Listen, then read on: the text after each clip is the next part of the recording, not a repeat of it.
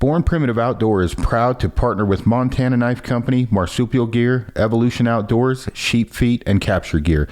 Thanks for tuning in, and thanks to our sponsors.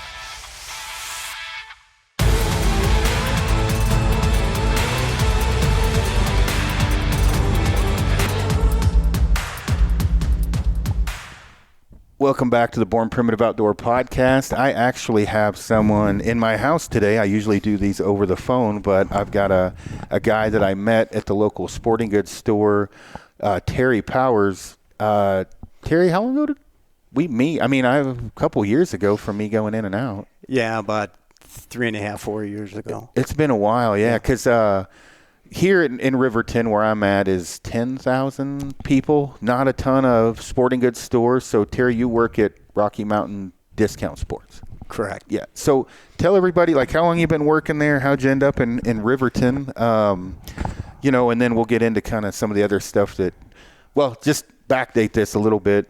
Terry you emailed me, and I knew who you were immediately when I got the email of an incident that's crazy as shit that happened to you, which we'll get into that.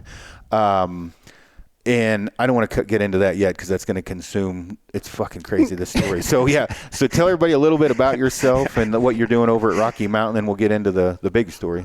Yeah, I've been here 4 years. Primarily do the fishing department at Rocky Mountain. But we do everything. Yeah, because when I got into fly fishing, I think you got the Kelly Gallup streamers in. I think I had asked you if you could do it, and you were like, man, I don't know, because they're expensive. Yeah. Well, over at the store, like you guys, it's kind of weird because you've got a ton of outdoor equipment, but you also sell Hallmark cards or what. I've never messed around on that side. So explain how the dynamic of that store works, I guess, and what you guys have there. It's a gift store side that, from what I gather, the original owner, his wife wanted the Hallmark side. So okay, so is Rocky Mountain then owned individually? Like, so the one in Casper is owned by one person, the one in Riverton owned by another, and then it's more of like a franchise, or how does that work, or do you know? So the owner of Rocky Mountain in Riverton owns 4 stores. Okay. He owned Sheridan, Gillette, Casper, and our store. And do they all have a gift shop and an outdoor store? You know, I'm not sure. I don't know. I've only been to yours, so yeah. So have you? Obviously working there in the fishing side. I mean, you're an outdoorsman. So do you? I mean, is fishing your thing that you do when you're not at work? No, actually. I moved to Wyoming specifically to bow hunt. I'm a bow hunter as well. I got out of fly fishing when I was in Oregon in the early 2000s. Started a business, and fly fishing changed as far as the people that were getting into it. Do we blame that on the river runs through it? Yeah, that's a big part. Yeah. So you moved here, but you're from Wisconsin originally, did 10 years in Nevada, and then 30 years in Oregon. Gotcha. So with one of the main reasons I got you on here, the email that Terry had sent, at first, I'm like, what the? I had to reread it twice because it's not something that's talked about very, very much, or doesn't happen very often. So you have grizzly attacks, right? Or you guys fall off cliffs, or, I mean, whatever happens in the outdoors. Someone tried to rob you. And is that what happened? Like, what exactly, when you got injured, like, tell that story. Like, what the hell went on? So this is September 14th, 2021. I'm in a camp outside of Lapine, Oregon. Another guy pulls in. he gets out of his car, and he's got a dog with him, and he just says, hey, you probably wonder why I'm pulled into your camp. And this guy's not dressed for the part of hunting, obviously. And I said, yeah, I kind of am. And he said, well, I'm looking for a place to let my dog run. And immediately red flakes run out because we're in the national forest and there's plenty of places to pull over. Yeah. And he became aggressive in the fact that I let him know right off the bat that I didn't appreciate him coming as close as he was to my camp and that kind of stuff. And long story short, he ends up and I had been sitting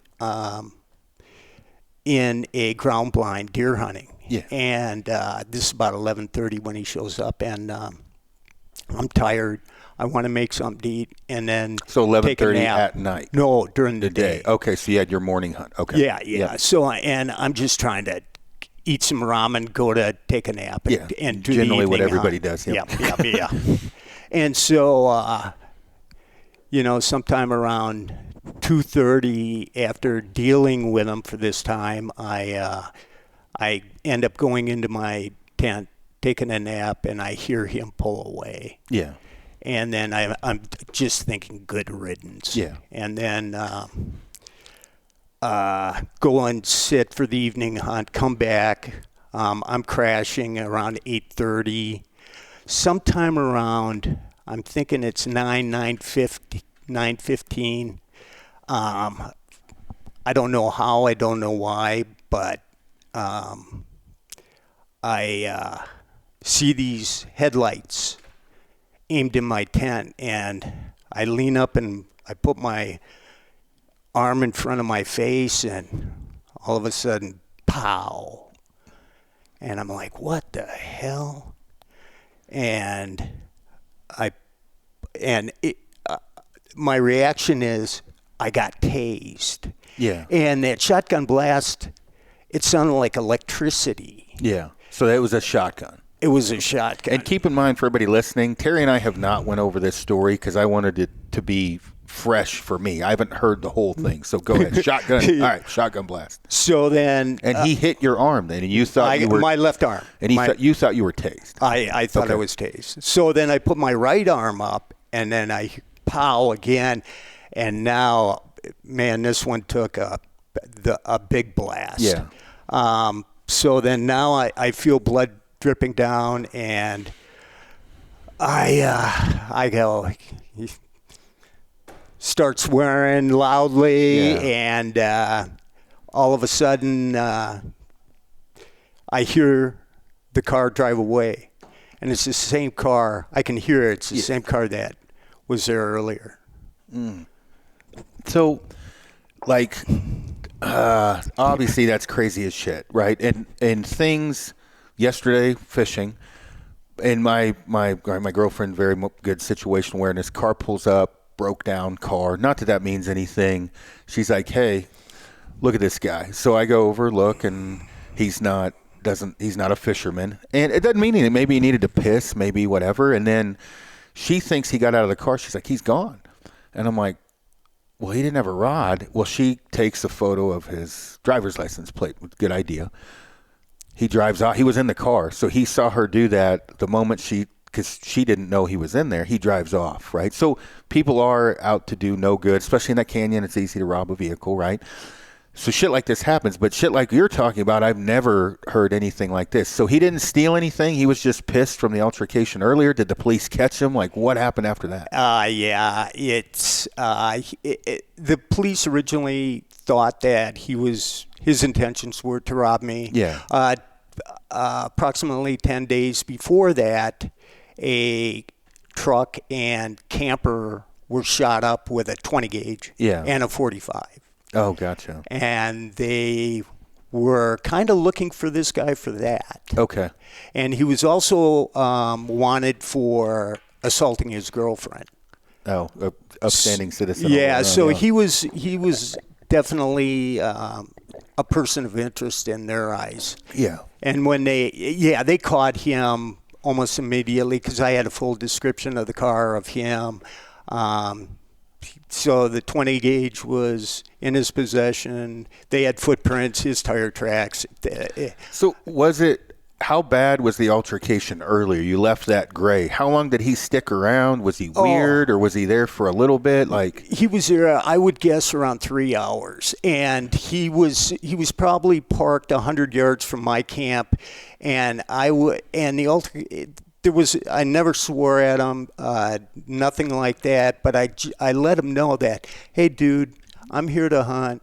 If you need some social interaction, Lapine's 11 miles away. That kind of thing. Yeah. And, hunting came to the forefront. Are you a meat hunter or are you a trophy hunter? And I said, I'm a meat hunter, but I've got nothing against trophy hunters. He was just asking weird questions. Yeah. And like I said, I was on high alert right off the bat with this guy. Yeah. So when they did, when they arrested him, there was drugs on him. Yeah. So that was another thing that I. So okay, so you've worn gloves since I've seen you, but I never really, I just kind of figured like, well, maybe, I've got buddies that I can't remember with the sun, they get discoloration, whatever the hell that's called. You go burn, fire. Fuck, I didn't know. And, it's not something, I would ask you now that we've gotten to know each other better, but that's generally not something I'd go up and be like, hey, how come you're wearing fucking gloves? So how much damage did it do? Because you're wearing fingerless gloves. Yeah, that one definitely takes. So I'm looking at it now. So. And that's pellets in there. Yeah. So they're still shot in my arm. Gotcha. Yeah. So that one took worse than, so that's your right arm. That one took it worse than the left? Yeah, way worse. Gotcha. I didn't have surgery on this or anything. So I've got, I don't have feeling in, so the fourth finger and the pinky. I can move them. Yeah. And the reason I wear gloves is because I drop everything, man. Oh, yeah. Because I think I have it and I don't. I gotcha. So. Yeah, no, that makes sense. So how many surgeries did you have on that one, or was it one and done? Just one and done. No bone broken, just. Correct. So was he just shooting like, I guess it'd be like 7.5 shots, just shit tons of BBs? Yes. Gotcha. Yep. So none hit your face? None. None hit your body? Nope. Huh. That's crazy because you held your arm up. To block the lights. Yeah. So how close was he? 7 yards. Oh, okay. Tight pattern. That makes way more sense. Yeah. So, okay. Huh. So, for lack of a better explanation, how fucked up were you after that? Because that's pretty, and I don't just mean physically, but mentally. There's some guys, I just got a message from a dude, Marine, hey man, after Iraq, and I get these questions all the time, like, hey, I'm scared of the dark, basically. Like, backpack hunting, I'm having issues with that. And men are always inherently have issues stating they have a problem or they're scared or, whatever. So everybody's got issues, right? So, that there, like, how much did that affect you after that? Because, obviously that could be pretty haunting to go back into the woods, and whatever. So what happened after that? So almost immediately I signed up at Rocky Mountain for a job. Yeah. And I thought, mentally that'd be the best, so I wouldn't be at home just constantly thinking about it, whatnot. Yeah. Well, so many of the guys are showing up that resemble this guy. Yeah. So it was tough because as hard as I mentally tried to block it out of my mind, I couldn't. Right.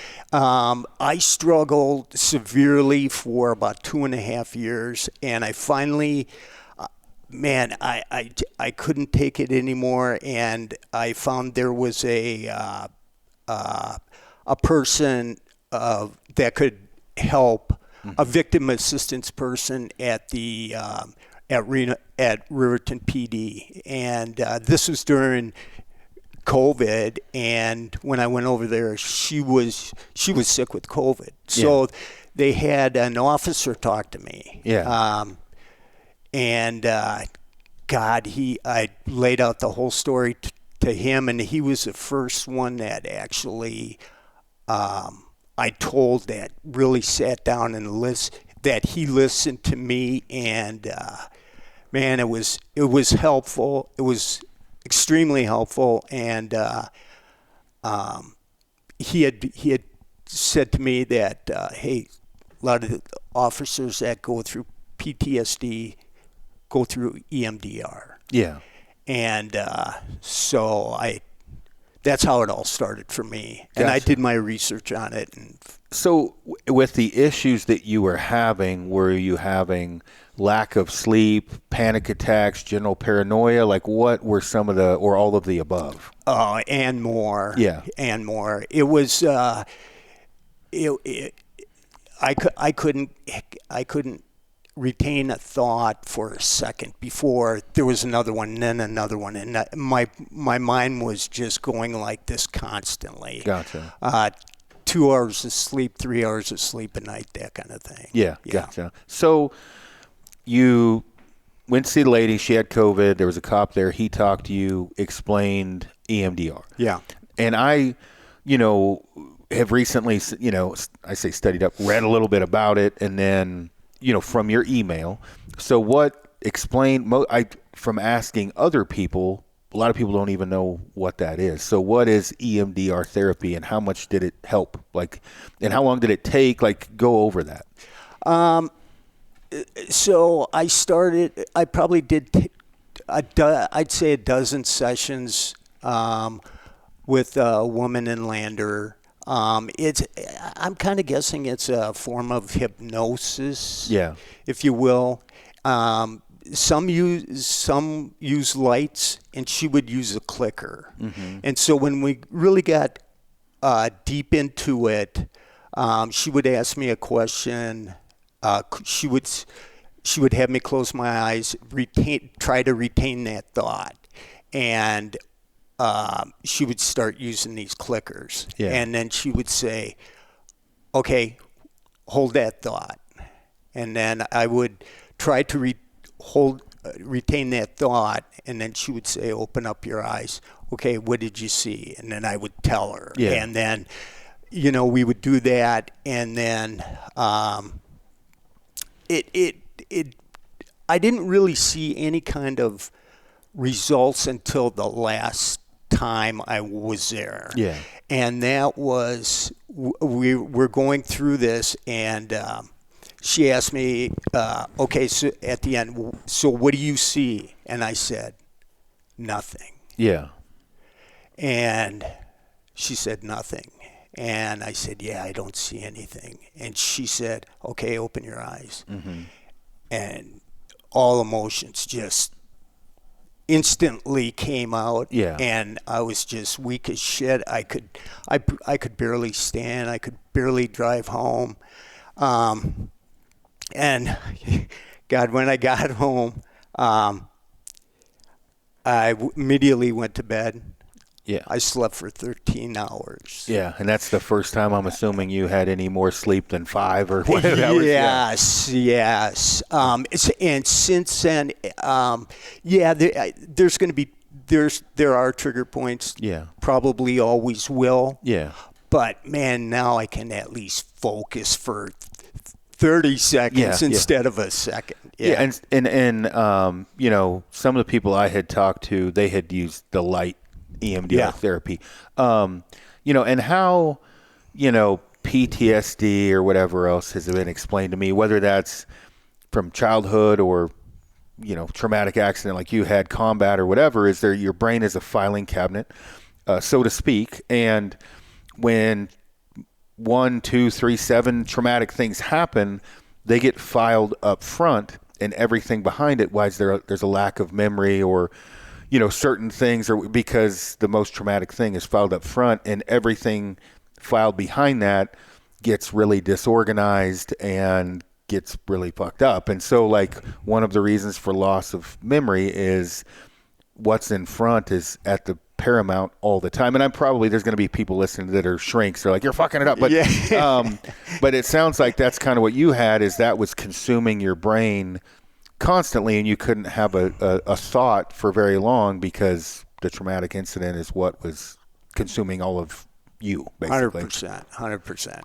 And now I can't even visualize being in the tent and everything after that. Mm-hmm. That's all erased. Yeah. But somewhere in the way back of my brain, Mm-hmm. I know it happens. Right. I can remember it happening, but I can't visualize. Would you say the EMDR basically refiled your filing cabinet kind of thing? Yes, 100%. Yeah. Gotcha. Because when, like for me, I have a potential anger management problem, and when I say that, I'm pretty happy all the time, but I have trigger points, and when you dissect that or go deep, which is very hard. It's hard. I've talked to other guys about this where they won't even admit where it's coming from to start I don't want to say recovery program, but to figure out why. So on my end, when I started to dissect this, those trigger points,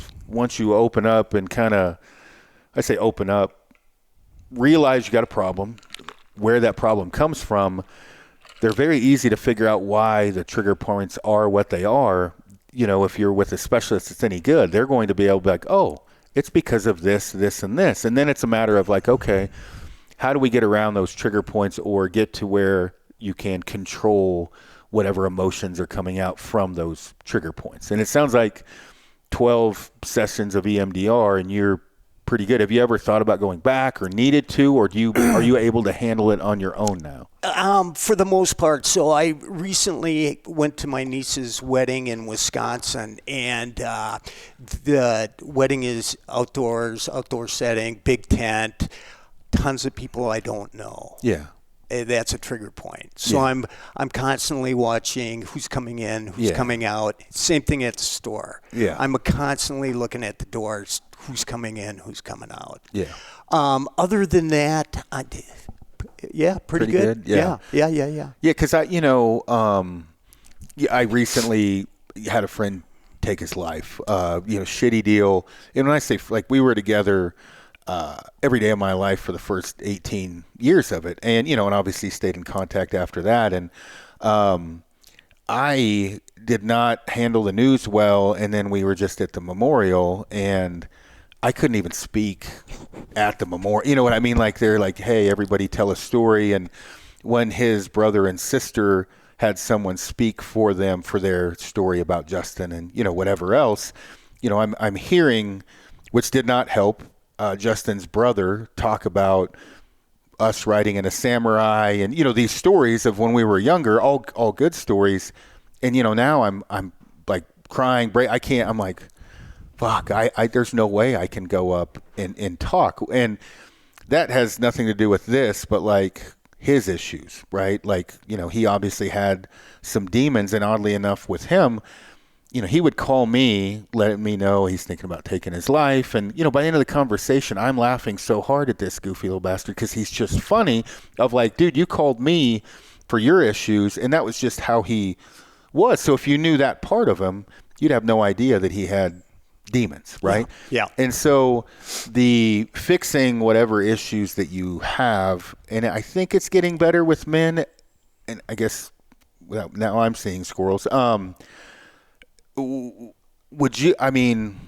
you had, since this happened, have you talked to other people that have had kind of the same shit go on, like other stories or anything like that? Or have you kind of hidden and just fixed your own shit?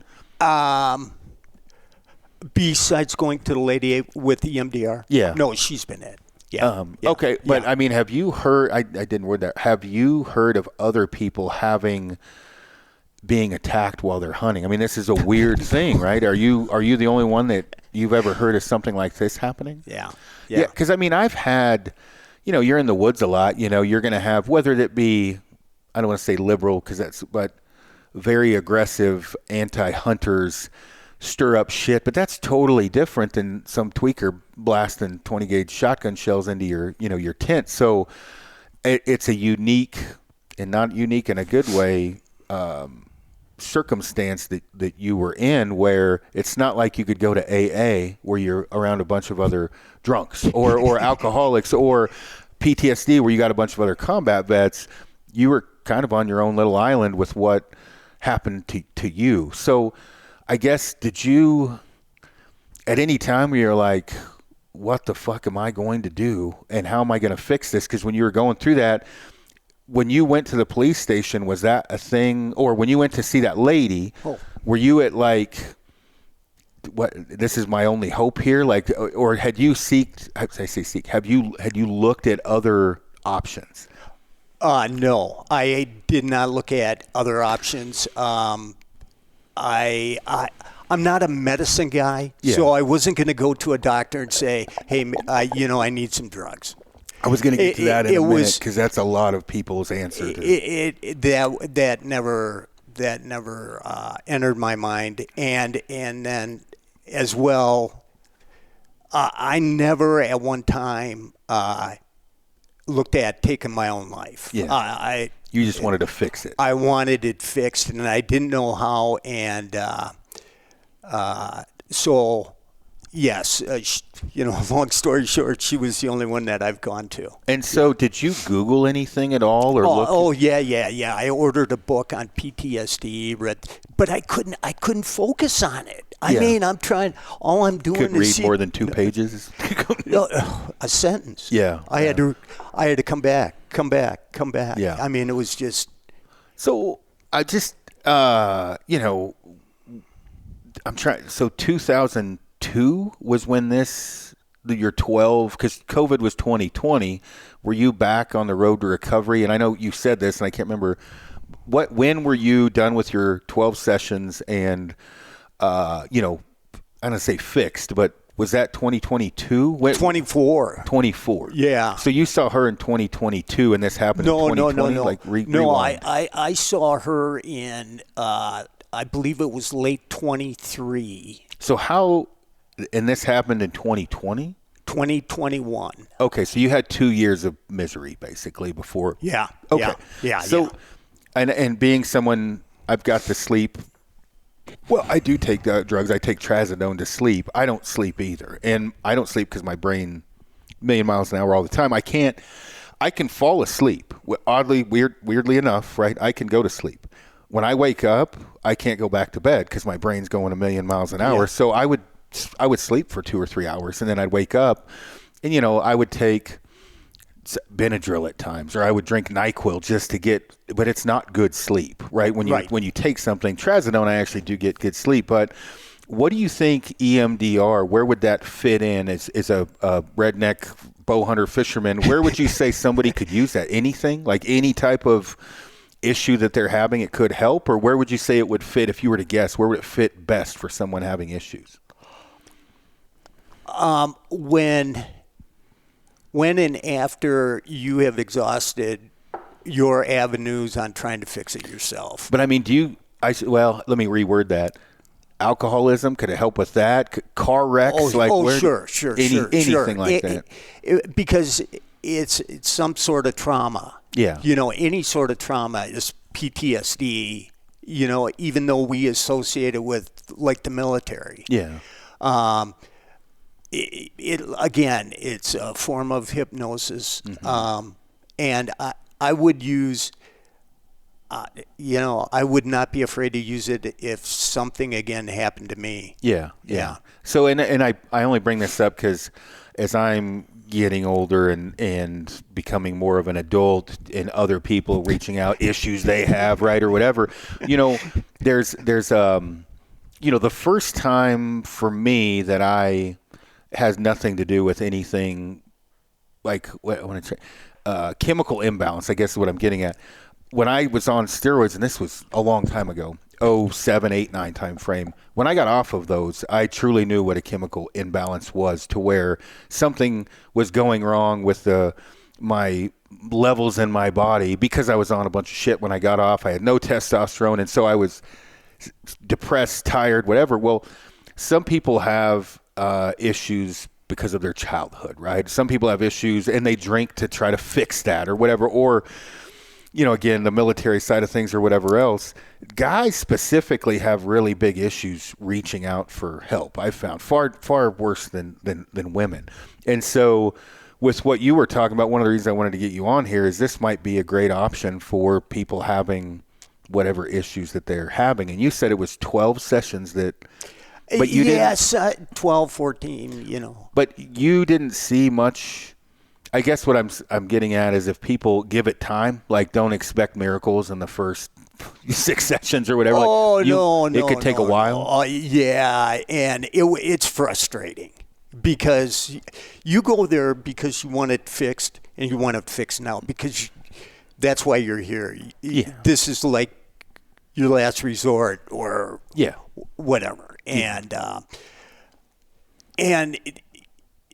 the therapist needs to have a understanding on what your background's like, that sort of thing. So it's definitely, and they're 1 hour sessions. Yeah. So shit doesn't happen, immediately. How much was it cost?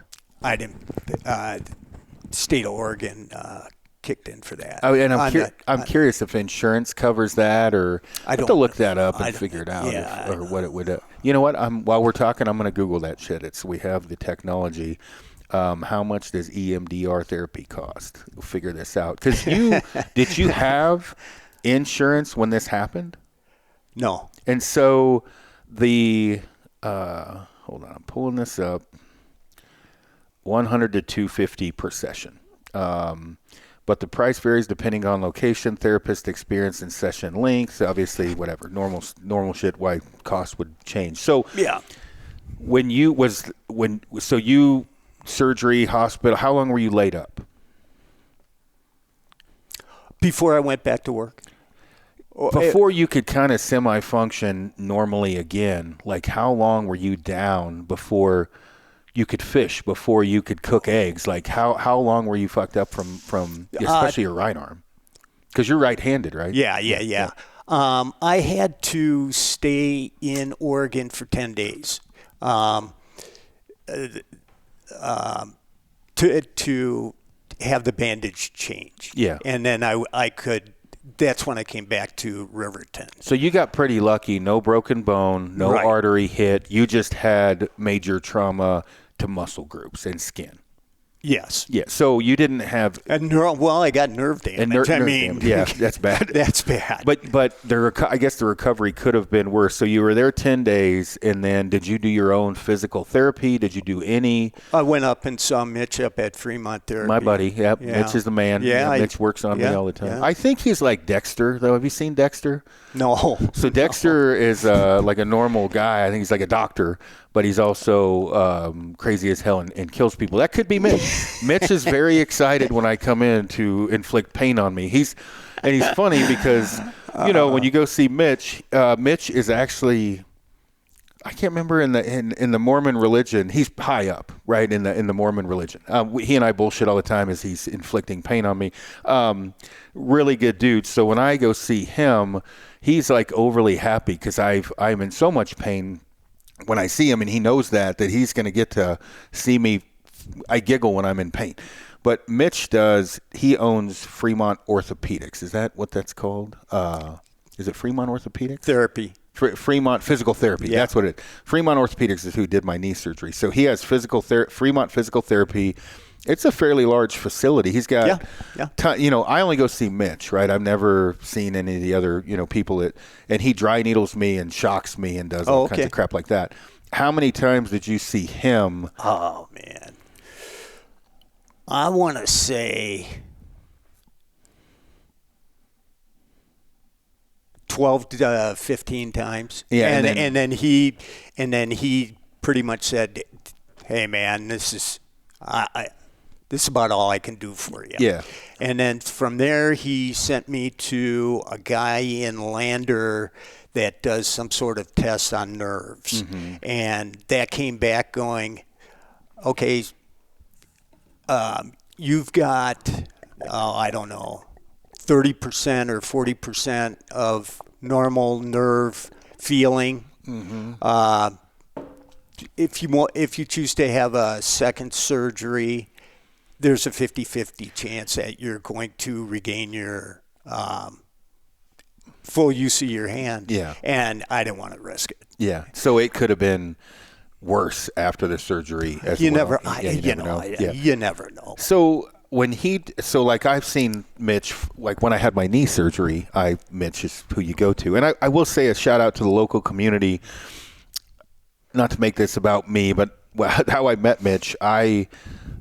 Up here fishing everywhere, I fell on a boulder and it like 9 or 11 miles in, and I boulder hop, and I hardly ever fall, right? I have great balance, but when I do, it's catastrophic. Like it's a big fall. Yeah. Like boulder rolled, jump to the next one, next boulder rolled, jump to the next one. That one rolled, and by that time, momentum just won the day. And when I went down, I had a 50-pound pack on, and my right hand caught, and thank God it did, or I would have probably broke teeth, nose, whatever. But my left one, I didn't catch anything before I hit a football-size boulder into my chest plate.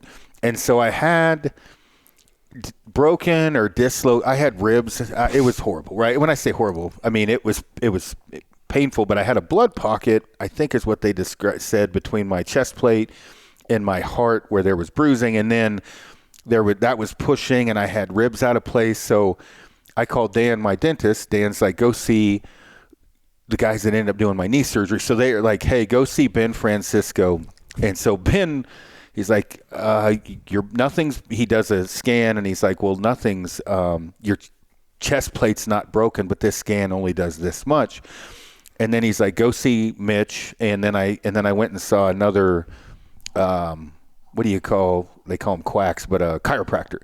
And he's like, yeah, you have rib damage like this. So everybody's working on me. So by the time all this is done, I've met Lamlin, Ben Francisco's partner, Ben, the chiropractor, and Mitch.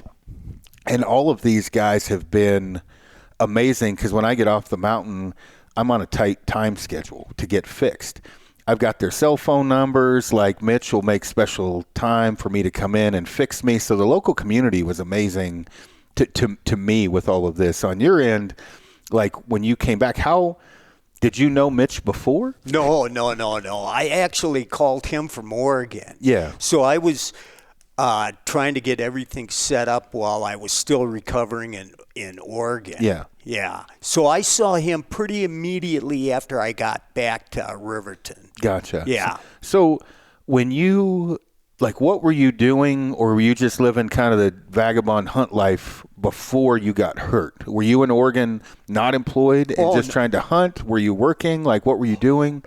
So the year before was my first and only bow hunting kill. Yeah. And my mentor said that was going to be his last year, would be 2021. Okay. And I said, hey, man, I'll come back for you. Yeah. I gotcha. You know, Yep. because I would still technically be a resident of Oregon. Yeah. And not a resident of Wyoming. Yeah. So what were you doing for work before the injury? I had a window cleaning business. Okay, so that pretty much fucked that up. Yeah, 100%. 100%. So you were doing like residential and commercial buildings and Mainly stuff like residential. That? Gotcha. Yeah. Okay. Yeah. No, and I was in the glass business forever. So like that, we worked hand in hand at times with, window cleaners. So when you were doing that, was that here or in Oregon? Oregon. Okay. And were you in big city, small, or like where were you at working? In Bend. Bend. I just drove through Bend, by the way. Holy shit, has it grown. Oh, mother of God. Now you know why I left. Oh, Lord. Yeah, it's like Bozeman or whatever, Boulder, Colorado. It's insane. A pretty area. But when I drove back to my friend's memorial or celebration of life, I was explaining to Mishka, my girlfriend, like, hey, where I'm from is not anything like you've ever seen. It's 200 people, and you've never seen trees, and, because she'd never been over there. And when you drive across Oregon, you hit every ecosystem, basically, right? 100%. So we went from, the Alvord Desert or whatever, go through Burns and all that, and then went into the high desert and through Bend, Sisters, and then I was explaining to her the trees changing and what they are and everything else. But Bend back in the day was not big, right? It was fairly small town. Now it's I don't know how much it's grown. It was insane. Like, yeah, the so difference. I moved there in 1990, and it was very similar to Riverton. It was a logging town that had 3 or 4 mills at the time that got shut down because of the spotted owl. So it was when I moved there in 1990, it was just totally depressed, population about 19,000. And then... So while you're talking about the spotted owl, I brought this up in, I'm sure, podcasts over the last however many years I've done podcasts.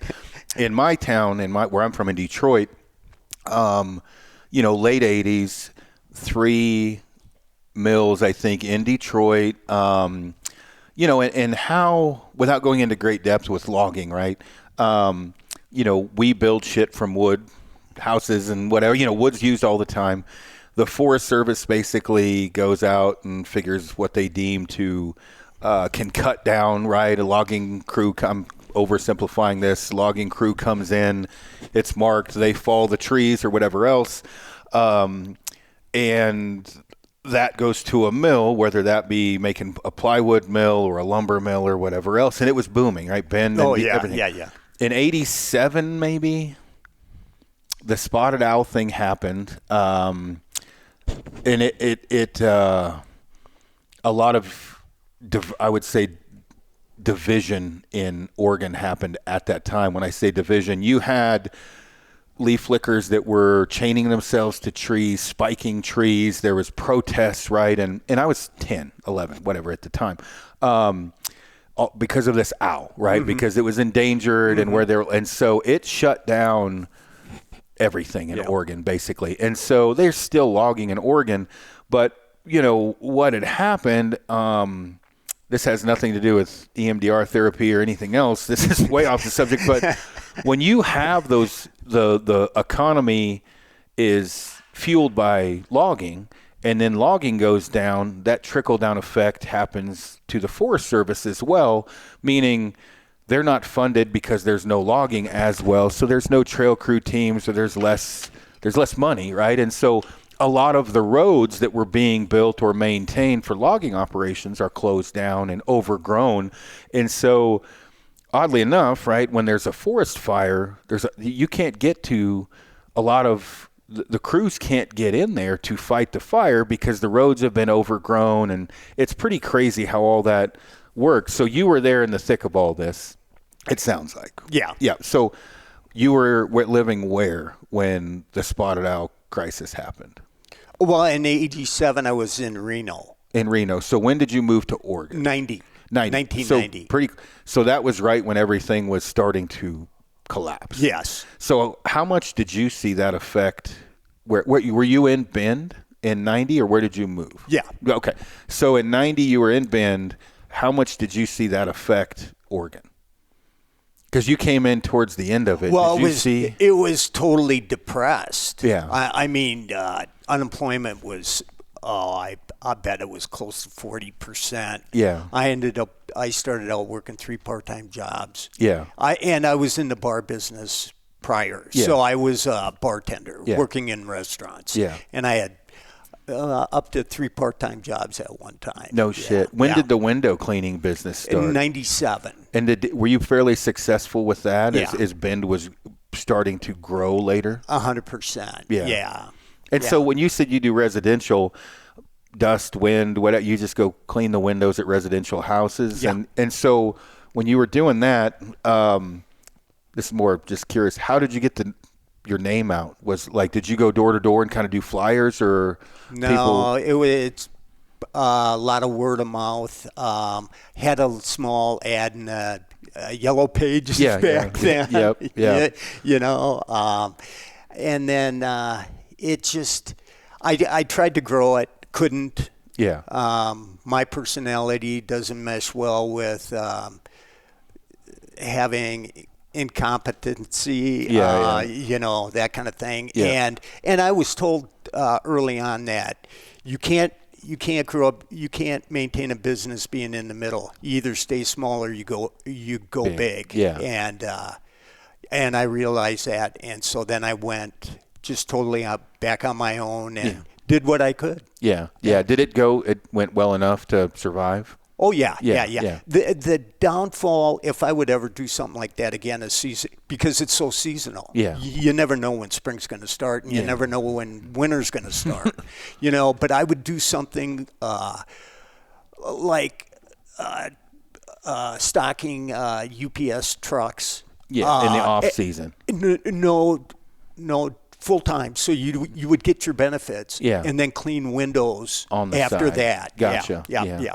Gotcha. Yeah. No, I mean, it. Because how old are you now? 66. 66. So you've got some years on me, but like when I was a kid, I think minimum wage was maybe $2.75, or it wasn't very much. Yeah. And in the Army, I don't know, you made $330 every 2 weeks or some shit, right? Yeah. But I remember, when I was younger and my parents didn't have much money as raising a mobile home. They do have a nice house now. You think you're going to make 60 to 100 grand a year when you were my age, so a little bit younger than you. And then, as time goes on, I'm in Denver making 100 grand a year, and it's not shit. I mean, it's not. It's expensive to live, in Bend, I would imagine, got to be the same. Yeah, exactly. Exactly. Did you rent when you were there? Did you have a house? No. So I was able to buy a small mill house. Yeah. When I first moved there. Yeah. And at that time, that part of Bend was less desirable, right? So fast forward 15 years, that side of town became desirable. Yeah. So I was able to sell that 650 square foot mill house. Yeah. Move to the east side of Bend, buy a 1,800 square feet with a 2-car garage, and brand new. Yeah. For less money. Okay. And then did you do all right when you sold that? Yeah. Yeah, because my buddy, Jason Heft, he and I and Justin were thick as thieves, my buddy that took his life. And, I still talk to Jason. He bought a house in 2002 or 3 in Bend for not very much. And that thing, I don't know what, I think it's $700. I don't know what it's worth now. A lot of money. Yeah. Because I remember we put his hardwood floors in. I don't know, this was 2004 or 5 or something. I came over and helped him put his hardwood floors in. He's still got the same house. His kids have moved out. And I'm like, well, if you thought about selling it, he's like, where the fuck am I going to move? Everything's too expensive. He's like, if I move out of Bend, I'd be good. He's like, but if I sell this. You can't afford to. Yeah, another house. So it's pretty wild. So where did Riverton come into play? Okay, so. I left that out earlier. I was going to ask, because people ask me all the time, how the fuck did you end up in Riverton? So, yeah. So, this started about 2018 when I realized that, man, I got to get out of here. Bend's just too crazy. So I started looking in Montana. I got a good buddy up in Darby, Montana. Started there. Everything blew up. Yeah. My son was living in Colorado at the time. Well, it would be like trading Bend for Denver, Denver area. Yeah, Boulder, whatever. Yeah. Yeah. So South Dakota, I looked at New Mexico, and I looked at Wyoming. And so when I narrowed it down to Wyoming, I was set on Gillette. Yeah. And then I just happened to go look at the weather, and it said how windy it was, and I said, well, shit, I don't want to live in a windy area if I'm going to be shooting my bow all the time, And long story short, found Riverton being the relatively calmest. I guess this area is the least wind in Wyoming. The state. Yeah. Because it's not that bad here. No. Not. I mean, Casper's horrible too, or Cody, but I can shoot my bow. I mean, we could shoot out to whatever, like it's not blowing right now. Yeah. In the canyon, when we fish, fly fishing sucks in the wind. I mean, there's 2 days ago when we went, there was 25 mile an hour winds trying to, chuck a nymph rod, but it's not that bad here. So when you rewind, when we decided to move here, Riverton had a horrible name, right? When I say that, people were like, it's a shithole, crime is whatever. And then, I came out here and I'm like, maybe on the reservation, right? So the numbers that you receive on crime in Riverton is pretty much the res, right? Not Riverton. And because people are like, it's the highest crime rate in Wyoming. I was hearing all this. And so, when I moved here, I was like, well, I don't know.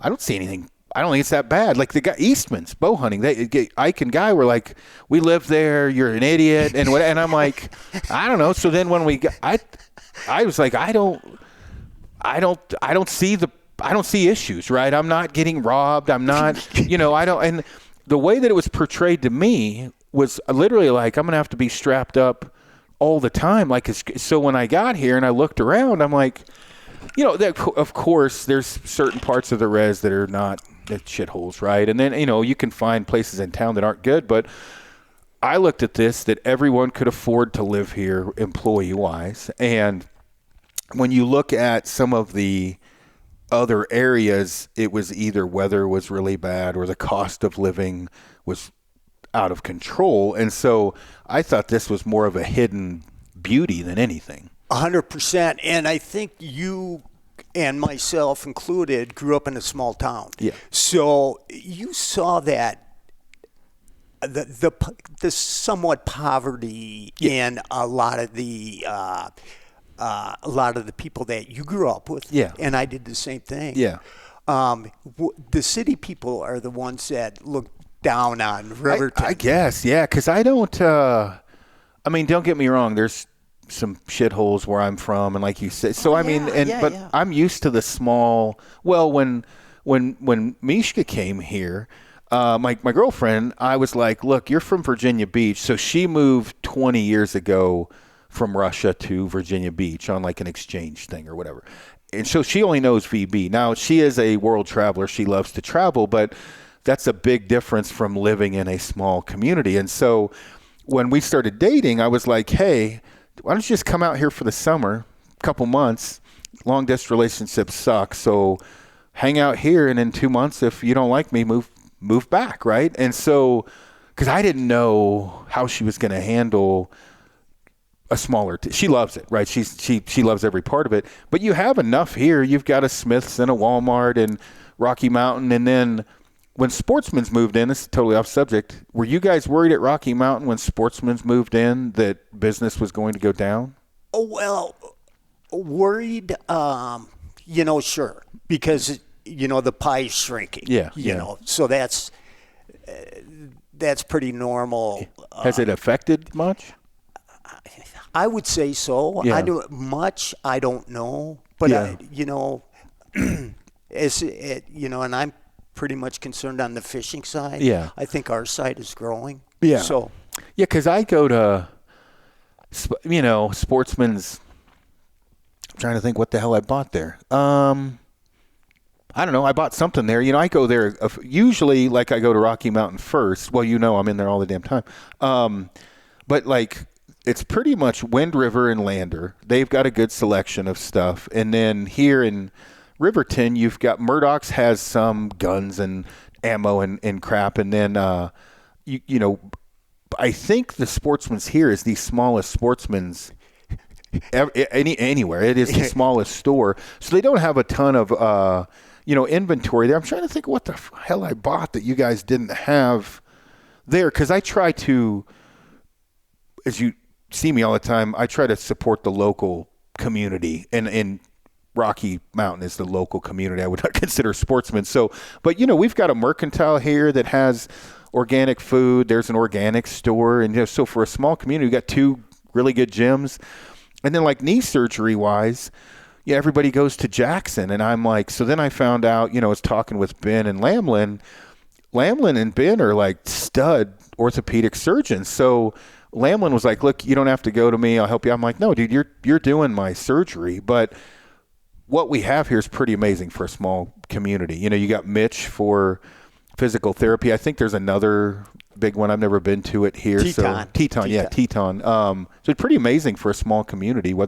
For the shit talking that I had heard about Riverton, yeah. I was surprised, pleasantly surprised. And I live out of town a little bit. Are you in town? Yeah. And then how long have you had that place since you moved back?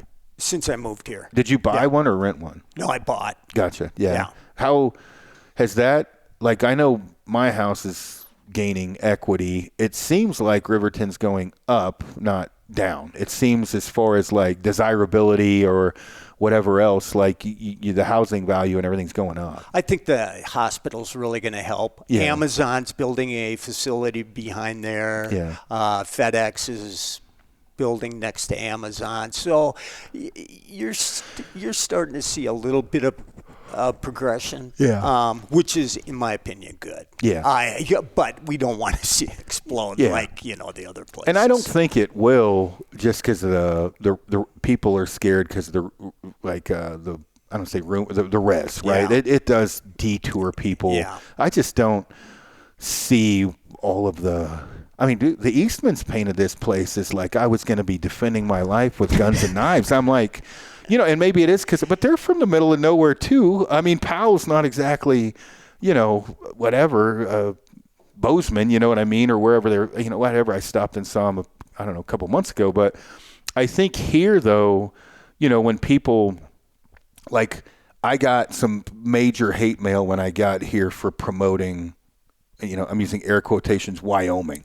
Like, shut the fuck up. We don't want anyone coming here, which I get because it's an amazing place. And it was funny. I had a big truck with Colorado plates pulled over photographing when I first got here, and two ranchers, or father and son, pulled up, and we're not happy, right? I mean, they would get the fuck out of here, which I like, and I'm like, hey, I'm Republican. I'm not like chill. And we ended up becoming friends. But Wyoming very much protects Wyoming, which I think is amazing. And you do hear stories of out-of-state vehicles. Every occasionally I'll hear one getting screwed up from trespassing or blowing out area or whatever. But I haven't seen anything negative here since I've been here. So I think it happens in every state. I think. You've touched on it in a previous podcast, but they say the hunting is decreasing. Well, anybody in the West will tell you we don't see it in our state, and I think that has a lot to do with it. Being at the store, you hear it all the time where I've never seen so many people, and it's, I get it.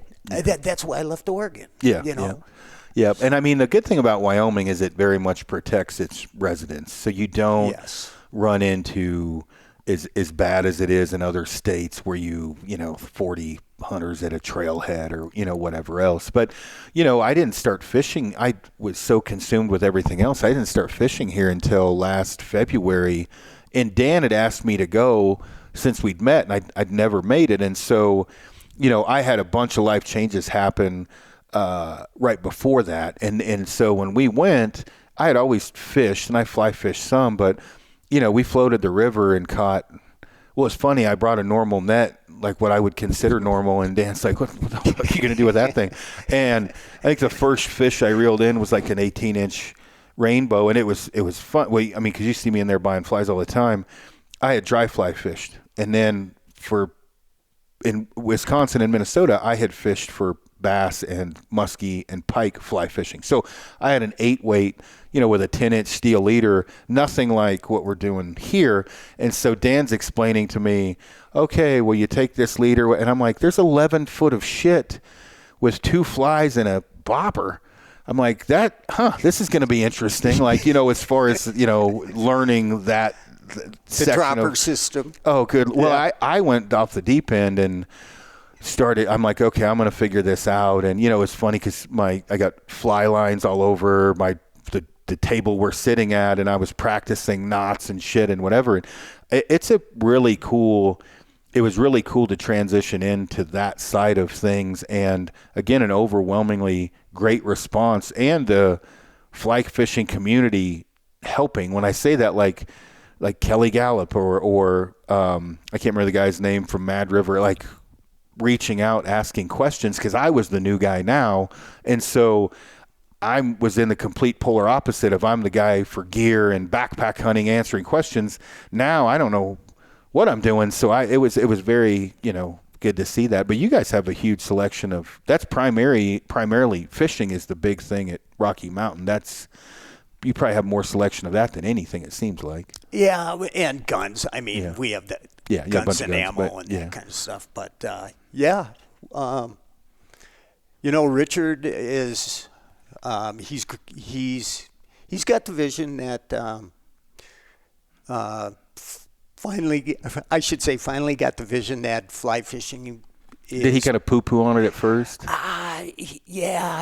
Fly fishing and realistically walleye rules in central Wyoming. Yeah. And there's not a perch may be a close second. Trout is actually down the food chain as far as our sales go. Yeah. And but I see more and more people coming in, stopping, getting flies, that sort of thing. Yeah, because on the fly fishing side, you go to a fly shop. Like my girlfriend she's a tight ass. She's very frugal. So like we've went to a few fly shops and she is freaking out at prices. And fly fishing's expensive, anyway. But the overpricing of, like, she's a Googler, right? So she's looking at a jacket at a fly shop. She's like, this thing's $80 more than anywhere else. And so, which I would say is pretty common for fly shops. So, we for you guys to expand on the fly fishing side of things, because you guys have plenty of flies and shit like that, like how big of a gamble is it to carry high-end rods? Like oh man, it's a huge gamble. Yeah. Trying to bring in, so there's been 3 different companies that we have contacted, no response, or saying you're not big enough, blah, blah, blah. So it's not easy for us to go to that next level. So could you pick up, I would imagine, Eco, Reddington, and St. Croix? Not Eco. No kidding, they wouldn't, They wouldn't want it to be bigger? Like the shop, like that, was their thing, or? Too much competition in the areas what we got. So we got Reddington. So for now. But who's the competition? Fly shops? Yeah. Okay. Yeah, because and the fly shops here are not. Wind River's got stuff, they do. But the fly shops around here close don't. I mean, they've got stuff. I mean, for sure. But I don't go to fly shops that often because it's so freaking expensive, right? And so, for what you guys have, which is leaders, indicators, flies, and all the shit you need, you got more than enough. You have an amazing fly selection. So, and you're expanding that. You picked up, have the streamers sold worth of shit or just okay? No, actually, they well? Pleasantly surprised. Did you stick your neck out on that one? No, actually, Richard is the one that came to me and said, hey, let's do it. Okay, yeah. Because I remember coming in and I'm like, hey, can you carry these or whatever else? And not that long after that, I don't know how much money I spend there, but it's a shitload, right? As far as at Rocky Mountain. And, it's everybody's always nice to me, but like, when I go in there, generally I'm buying ammo. I'm buying flies or leaders or indicators or whatever else. And occasionally I probably bought 6 guns from you guys. I don't know, 4 guns, a decent amount. But, Amazon is a blessing and a curse for everyone when it comes to staying in business, because you can get shit from Amazon, fairly cheap. The thing with fly fishing is I've found that Amazon is not probably the best thing in the world to be ordering shit off of Amazon for fly fishing. One, if you don't know what you're doing, but 2, the rapport and I say this direct to consumer, business, which I'm in, selling clothing or whatever else. When you need help and whether that be archery, fly fishing, if you're ordering everything from Amazon, don't expect to be treated at a high level when you go into the shop that is surviving off of purchases when you bought all your shit from Amazon and then go into the shop. That happens in archery all the all time. the time. Yeah. All the time. And the worst of the worst are the ones that come in and that want to pick your brain. Yeah. But know more than you do about what you're trying to explain to them. Yeah. So that's where my frustration level is on that. I bet. Yeah. Yeah. And I mean, when I play dumb when I go to any shop, it's the best way to do it. You don't want to big dick anyone. And so occasionally I will have a kid selling me some crazy archery shit where I'm like, yeah, man, hey, I got her, right? I got to, but I when you look at outdoor stores, the big thing that's nice is they can come in and be like, hey, how's fishing on Boyson? How, you're giving them info, and so you reward that info and that friendship or whatever with purchases, right? You buy shit and then you build up a rapport. You can't get that on Amazon. So no, the rapport, I don't even. Like when you come in, all I'm trying to do is show you what I brought in new. Yeah. Just so you know it. Which I generally buy. Yeah. But for the most part, I just try to. I am very passionate at what I do. Yeah. And maybe some people look at it as over the top trying to sell. Yeah. That's not it at all. Yeah. I want to see them succeed. Yeah. So if I send them to a place, the most rewarding thing that can happen is if they come back and go, hey, man, you hit a home run on that one. Yeah. So that's more than anything, that's for me personally, that's what I get. Yeah. No, and I don't know if you guys treat me different when I'm in. Nobody bugs me when I'm in there. You know what I mean? Like when I say bugs, like, hey, can I help you? It's always pretty chill. I mean, on the fly side of things, though, generally I just come and shoot the shit with you, and you ask how fishing's, whatever. But when I asked about like the fly rod side of things, or it's always a gamble when you have optics, fly rods. Like, do you carry a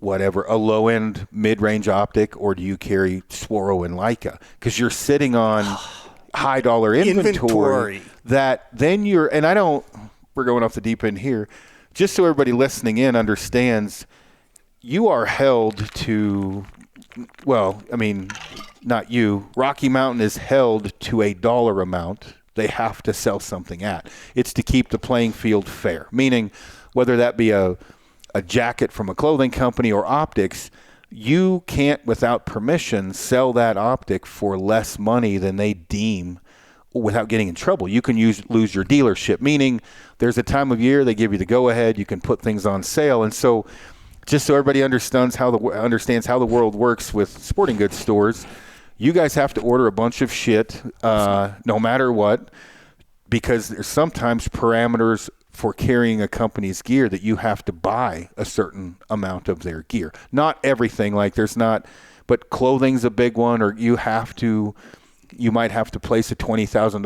order for Echo to even get in the gate. And then there's a dollar amount you have to sell those rods for, and you cannot go below them. I think you can go above, but you can't go below or they pull your dealership.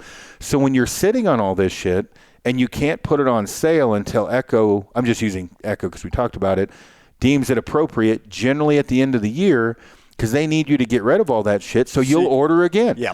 And that's why if you see, at BP we have different sales all the time. So we use Sitka gear, for example. They have a very high buy-in amount, and I don't mean that in a negative way. You got to order quite a bit of stuff to be a dealer. Well, at the end of the year, they need you to sell all that to place the next order, and that's why at the end of the year things go on sale or Black Friday sales or whatever else. Where with fly rods, it sounds like it's Bose is the same way. You cannot be a Hoyt dealer if there's a dealer a certain amount of area around you. They don't want to muddy the water or dirty the pool, so if you're a Hoyt dealer, you can't have another dealer or Matthews or whatever else within a certain distance. It sounds like it's the same with fly rods. So I've been told. So I don't know, because this is all over the phone conversations or through email. I have had a call in with probably the fourth rod reel company. Oh yeah, we'll send you a rep your way. There's one in your area. Haven't seen them, and this is probably week number 3 now. Yeah. So it's that frustration period that you go through.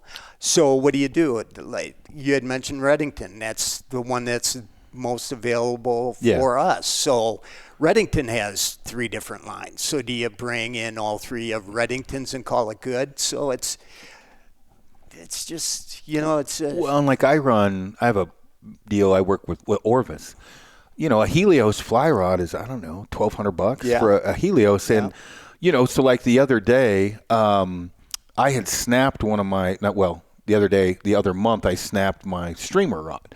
And crazy enough, just above the butt, I must have hit it with don't get me wrong, I snapped it on a giant brown, which I didn't, but it wasn't big enough to snap the rod. So I'd probably hit it with the head casting, you know what I mean? Like whatever, one of the bead heads or dinged it, whatever. Yeah. So, Kelly Gallup does that whole $1,000 rod rant. If you ever want comical value, listen to that. He's funnier than shit. He just goes off the deep on how $1,000 rods aren't worth it. He's like, now I'm not saying don't buy one, and I'm not saying they're not good. I'm just saying a $300 or $400 rod, you won't notice a difference, right? And so pulling in a bunch of Helioses or Loomis, GX, whatever, how many people are you going to have go through dropping $1,200 on a fly rod, maybe 5 a year? No, those companies are selling to fly shops only. Yeah. So, but I mean, in general, how many do you think, if you picked them up, how many would you get a year? What would you sell, 5? $500 no, rods? 5,000. Do you think you'd sell $5,000 to $1,200 rods a year? Oh, I'd say we'd sell 2 and 5 years. Yeah, it's low. Yeah. No, but a $300 rod, you're probably going to sell more. Hopefully. Yeah. And I'm just getting into all this, and I don't mind spending money for what I want. But I went, that's what I didn't buy it from Sportsman's. I went to Wind River. I bought that Streamer X rod from Echo because I needed a new streamer rod, and they had great rod. Yeah, man. That's what I use. Yeah, Kelly was sick, so I'm texting Kelly at Wind River, and we fuck with each other, and I'm like, hey, dude, you're probably busy, but whatever. So he's like, yep, and he said, but it's a streamer rod. It's very the way Echo works. They have nymph rods. They have so. I'm like, hey, I was running on my other streamer rod. I think it was Frequency with 165 grain, sinking tip. That was a 10-foot tip. He's like, I don't like those. I want a 20. So he's explaining it to me. Well, they're trying to help me at Wind River, and I don't want to be the guy you were talking about of like, hey, I'm on the phone with the dude that designed this. So I didn't say, I'm like, I appreciate your help. So I'm like, hurry up and answer this shit, Kelly, because I'm looking like an idiot standing in front of the fly line. So he tells me what to get, which I ended up getting the Scientific Angler 250 or 200 grain tip, 20-foot sink tip. So what's funny is, this has nothing to do with anything that we're talking about, is now I have new rod, new weighted line, which is not easy to cast sink tip lines, to begin with. You're not going to false cast a sink tip line, right? No. So then we get on the river, and it's a 25 mile an hour at least steady. I mean, it's cranking, right? Or I should say 25 mile an hour gust, steady 15.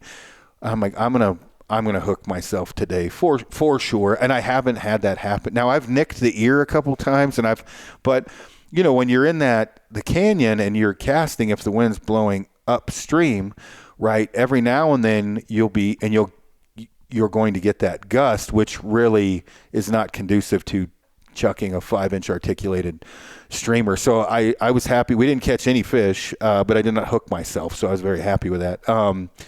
The canyon, though, or I'd say in general, coming here, it's weird. You cannot float the canyon because the local outfitter is the only one that can float it. There's other spots you can float or whatever else. So I didn't know that, right? And so I just assumed I can float wherever I want if I have the native fishing pass, right? So I'm literally getting ready to float it because I'm just getting into fly fishing in February, right? And so I'm floating where I know I can float. And so I'm thinking I'm going to float over here or the canyon. And Eastman's has me on their podcast.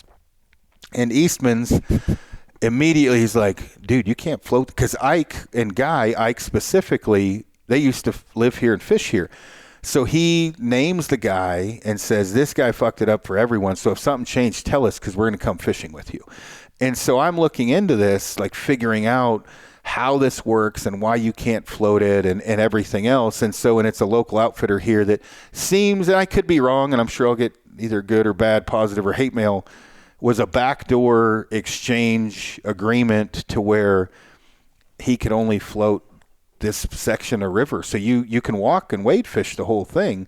I'm glad I didn't check. I just assumed because it's very clear when you buy that native pass, you can fish wherever. Yeah. So I probably would have gotten in trouble if Ike wouldn't have told me because I was going to float everywhere I'm not supposed to float. Yeah. So, Yeah. But you ice fish quite a bit though, don't you? Yeah. So I have not been into that. Have you, since your days up north, like have you always ice fished? Well, no, because I got into it while living in Wisconsin with my cousin. And then when I moved to Reno, there's only trout fishing there. Then when I moved to Oregon, and I got into fly fishing when I was in Nevada. Yeah. So and then the same thing up in Oregon. It's all trout. Yeah. And I'm not a trout eater. Yeah. So, and it's catch and release for A lot of it, 99% of the fly fishermen anyway. When I moved to Riverton, I had no idea that there was walleye, crappie, perch here. Mm-hmm. And so I was like, yeah, I can't wait till winter. Yeah. So you, my limited experience in ice fishing, which is very limited up north. Wisconsin and Minnesota, they take their sleds out, haul ass, and then they have the tip up. Is that what they're called? Tip ups? Yeah.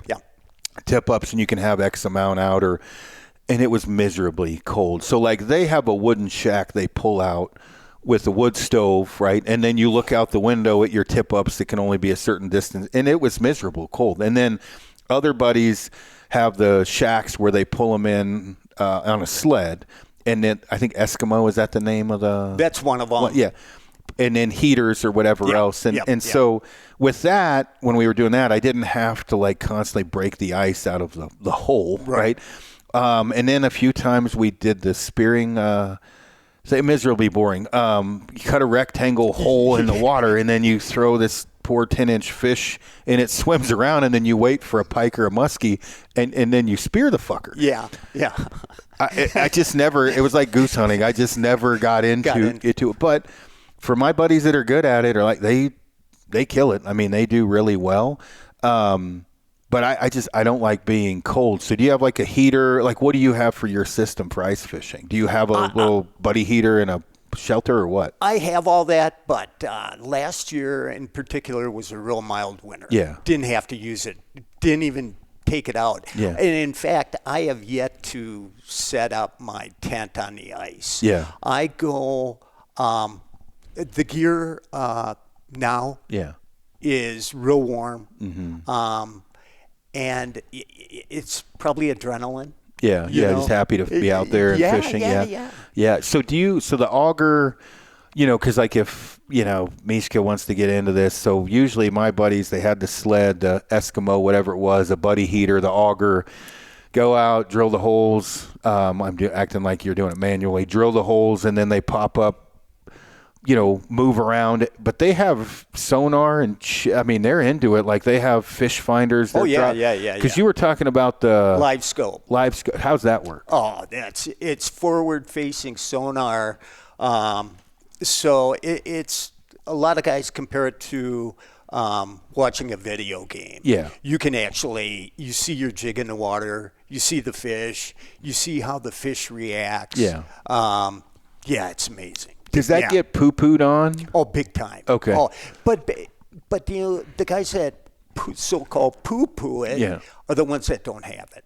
Yeah. There is not one person that's come into the store and said to me, I want to return this live scope because it's the biggest piece of shit I ever owned. Yeah. Or No, this is totally unfair. I hate it or whatever. well, they do say that. Yeah. But, and Richard had mentioned a number of years back on how, well, you could say the same thing about, the boats today. Yeah. Here's one that's got 400 horse compared to a guy that's rowing. Yeah. That kind of thing.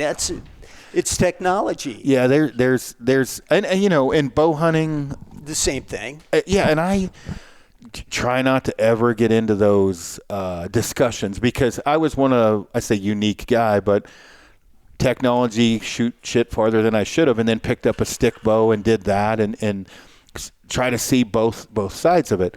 Now, I would say that like in hunting, the number one issue is not rangefinders, although those are a huge one. The number one thing is probably mapping software. So like meaning what has potentially hurt. I don't know. You can't even say hurt because limits are limit. It's weird because like they give out 200 tags, whether you have Spartan Forge or Onyx and a rangefinder, they still give those tags out 200 and they know the success rate or whatever else. Well, with fishing, your limit's still your limit. So if you're cheating using the live, you're still only able to catch 10 and or only able to keep 10. So is it hurting the population of the fish? So like saying it's hurting hunting because of technology, I guess that's where people go down the deep dive. Is it affecting the numbers? You can always release them. Yeah. You don't have to kill every fish you catch. Yeah. Well,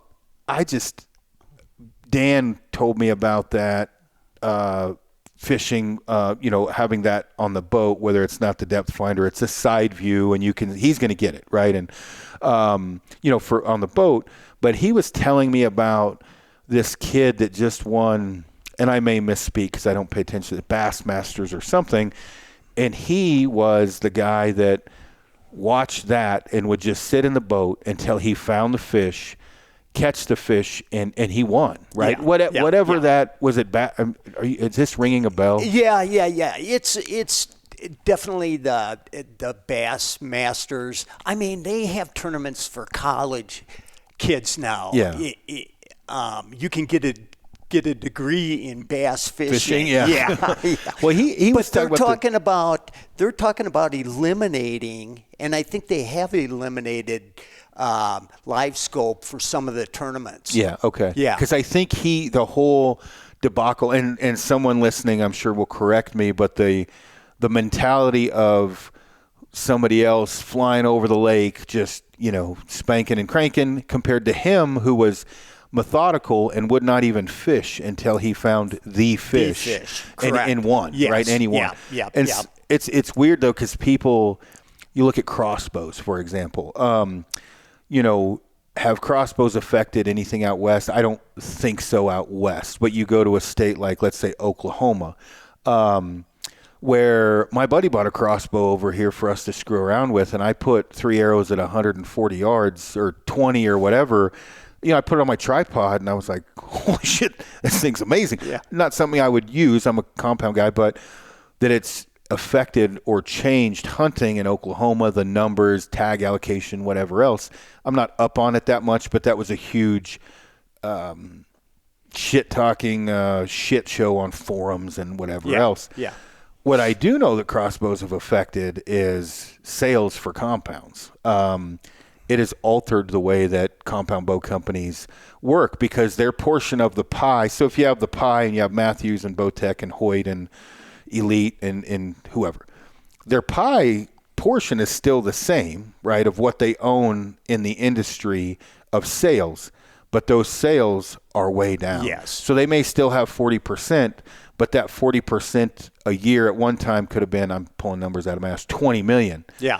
Now it's 12 because of crossbows. Yep. I know that has been a huge problem in that side. I don't see how you're really ever going to get that in fly fishing. A rod is a rod, right? They're not fly fishing's fly fishing. And there's not going to be some massive technology increase that's going to alter like a crossbow did for bow hunting. I don't see that happening with fly fishing. I don't either. I don't know I couldn't even imagine what it could be. Well, I think if anything came out, would be a new boat. Yeah. Or a floating device. Yeah. A 1 pound float tube so you could backpack up in the mountains would be awesome. I would really like that. Yeah. I just got that Recon from Flycraft. Where we're talking about, because back in the day, my buddy Jeremy and we float tubed a lot. We would pack those things and shit we sucked to get it into. But like here, you've got everything around here, meaning you've got where you can float with a raft or clacker craft, and you've got the walleye fishing with the giant, I'm not into boats, Rangers, whatever, the crazy expensive boats. You got a little bit of all of it. For me, I just have the Flycraft Guide 3-man that we float, and then I've got my little Recon, and that Recon is it's just a 1-man. I wouldn't take it down class 4 rapids or anything, but it can handle 1 and 2. I mean, honestly, like, I don't even know, maybe like you said, packing in, that would change something, maybe in the high lakes, right? Like a ultralight. And Alpaca, some company, even that Recon's fairly light. I don't know what the hell you could do in fishing, in fly fishing specifically, when you're talking about not carrying anything in, just going to the river and floating the river. I don't know what technology you could come out with to change any. I think the Euro nymphing weighted flies might be the most devastating for nymphing, right? I mean, there's not a whole lot that you could change because it's a pain in the ass fly fishing. I mean, there's still a high level of skill if you're fly fishing. It's for sure. And it's like anything else. How far down the rabbit hole are you willing to go? Yeah. So for me, and I've been doing this, I think I told you, 45 years. So I actually started tying flies before I even fly fished. It took me a year to catch my first fish fly fishing. Yeah. And but you just work hard at it, and if you have the passion for it, it'll sooner or later it clicks in.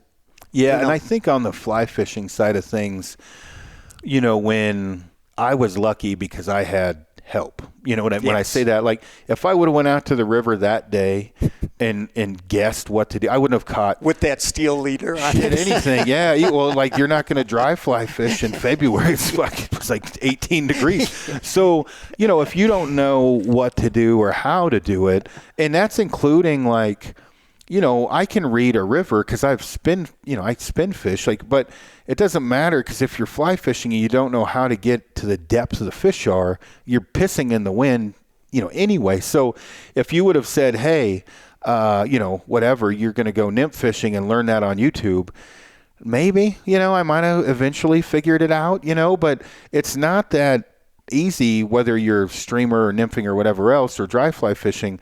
None of it is a cakewalk, right, compared to chucking a Rapala out or whatever else. But on my end, it's just like traditional archery. I had Tom Klum and the guys at Rocky Mountain, amongst many others, helping me out, Randy Cooling and Denny Sturgis and all these guys.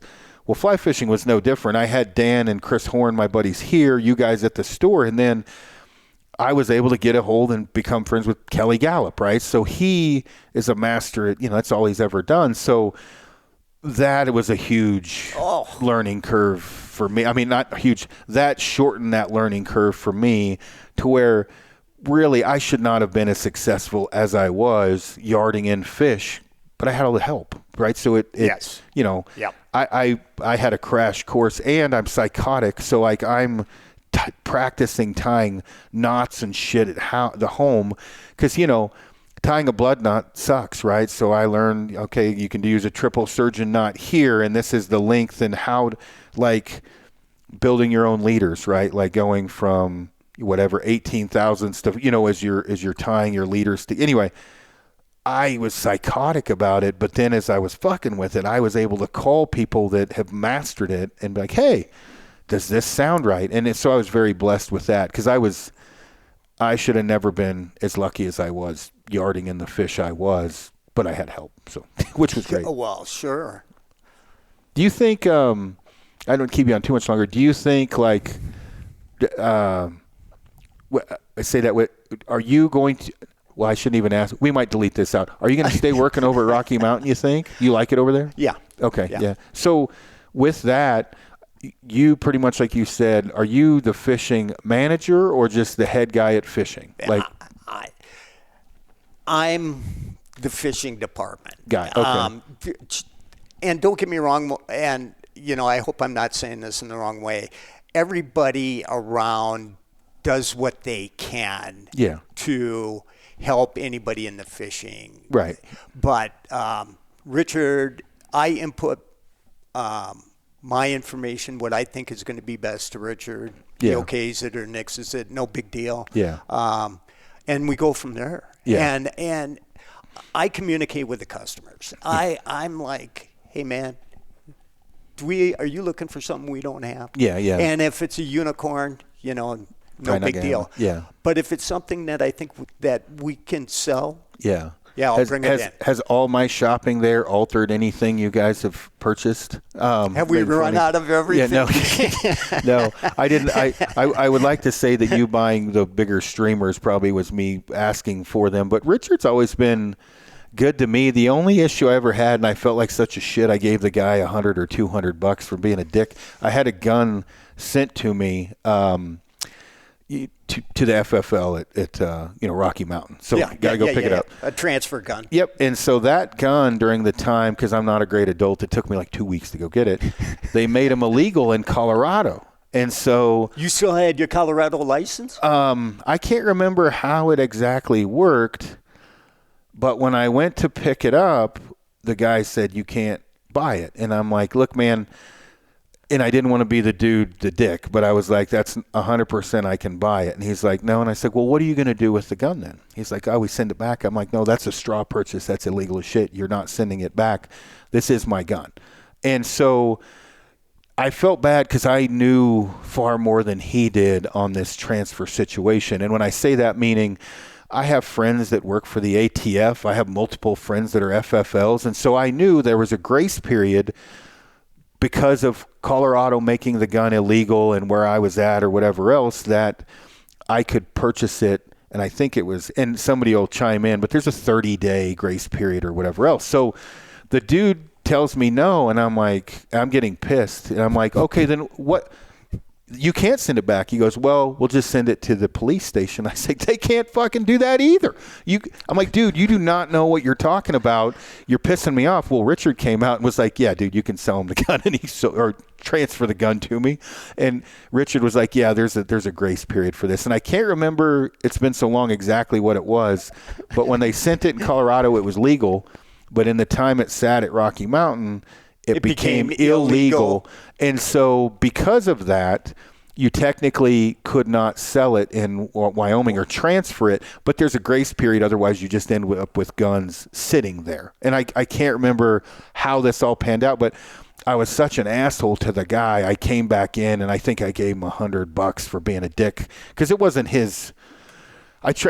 He's just trying to do his job, and he can't. He doesn't. You don't want to fuck with the ATF. I do know that, right? So you don't want to.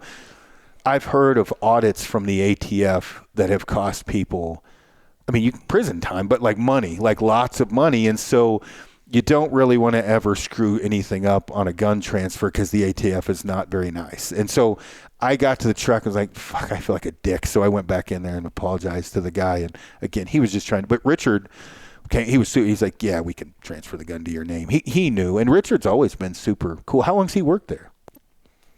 On and off, I think around 8 or 9 years. And he's the store manager? Yeah. Okay, gotcha. Yeah, he's always seems nice enough. But, well, cool. Well, man, I don't know how long. This went longer than I thought it would. Holy shit, we've been on an hour and a half. I was hoping this would hit 40 minutes, so we did good. I'm in no. No, we going on. We're good. That's why I was texting.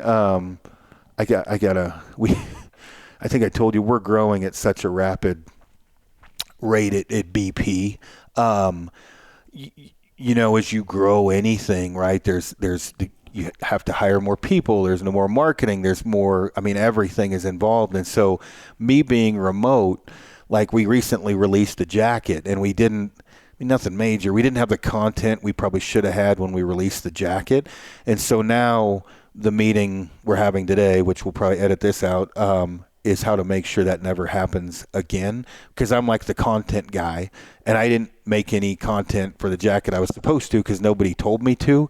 Well, we have 3 departments, all of them growing at an insane amount. Well, this poor bastard at BP Maine in Virginia Beach, he's serving 3 masters, me, tactical, and BP Maine. Plus, we have a campfire line of flannels and shit. So I'm like, let's just take it out of his hands because this poor fucker can't keep up. I don't know how he even. I mean, the dude must drink. His life is so stressful because he's got so much shit pawned off on him. But I got to hop on a meeting here in a little bit and get my crap together about this. But no, I appreciate you coming over. Obviously, crazy, story, but it's EMDR. That's the therapy. Yeah. Gotcha. Yeah. Cool, man. Well, yeah, thank you, and I appreciate all the help. I appreciate you. So. Yeah, and you didn't choke. I was worried. Like, this is the first podcast you've ever done. I've ever done, yeah. Were you nervous? Big time. Yeah. Yeah, freaking big time. It was later in the day, and you drink. I usually tell guys, I'm like, take a couple shots, right? Like to mellow out. Yeah, and I don't drink. Yeah, I figured. So. Because some guys. I've had to redo a few podcasts 3 times, and I felt bad because usually I say the audio was bad, and so I don't say you sucked so bad we had to redo it. I'll be like, oh, the audio is horrible. We're gonna have to redo it because it's not anyone's fault. I've done so many, whatever, but like, you're asking to go, but in front of 30 to 80,000 people, who knows how many are gonna listen. Oh, yeah, it's a lot. I think our average, we're probably 50,000 people will listen to this in the first week. Like, we can track, we'll probably edit all this out, but you have downloads, and that's how many people actively download it to their phone. That's all we can track. So I don't download any podcasts, and I listen to podcasts. So if we have 30,000 people download it, 60, 100,000 are listening to it total. Who knows what the numbers are? So, I prepare guys generally where I'm like, hey, let's say it's business, right? They're trying to promote their business. Is like, hey, 50 to 80,000 people are going to listen to this. So just be prepared for that. You might have people you haven't talked to in 10 years get a hold of you because they heard you on the podcast or whatever, especially if they say something stupid. I'll be like, I'm going to go ahead and edit that out just to cause you less pain. But this one was smooth. I don't have to edit shit other than maybe something stupid I said. So no, you did good. Oh man. Okay, good. I hope you don't get too much hate mail. No, yeah. We didn't talk about anything. Usually the hate mail is not hate mail. When I say that I'm semi tongue in cheek, usually it's someone smarter than me that knows more that chimes in. It's like, hey dude, no, that's not how that works in a helpful way. Very rarely do we ever get hate mail unless it's a controversial subject, which I don't try to dive into, like crossbows. Like I didn't make a statement on crossbows. I just said they are very accurate. I personally don't shoot one, but if somebody does, I don't give a shit. But usually it's something like that'll cause an uproar. So anyhow, dude. All right, well, I appreciate it, man, and I appreciate everybody tuning in, and I'm sure I'll see you in the next few days buying flies or something. Sounds good. Thanks, Aaron. Yeah.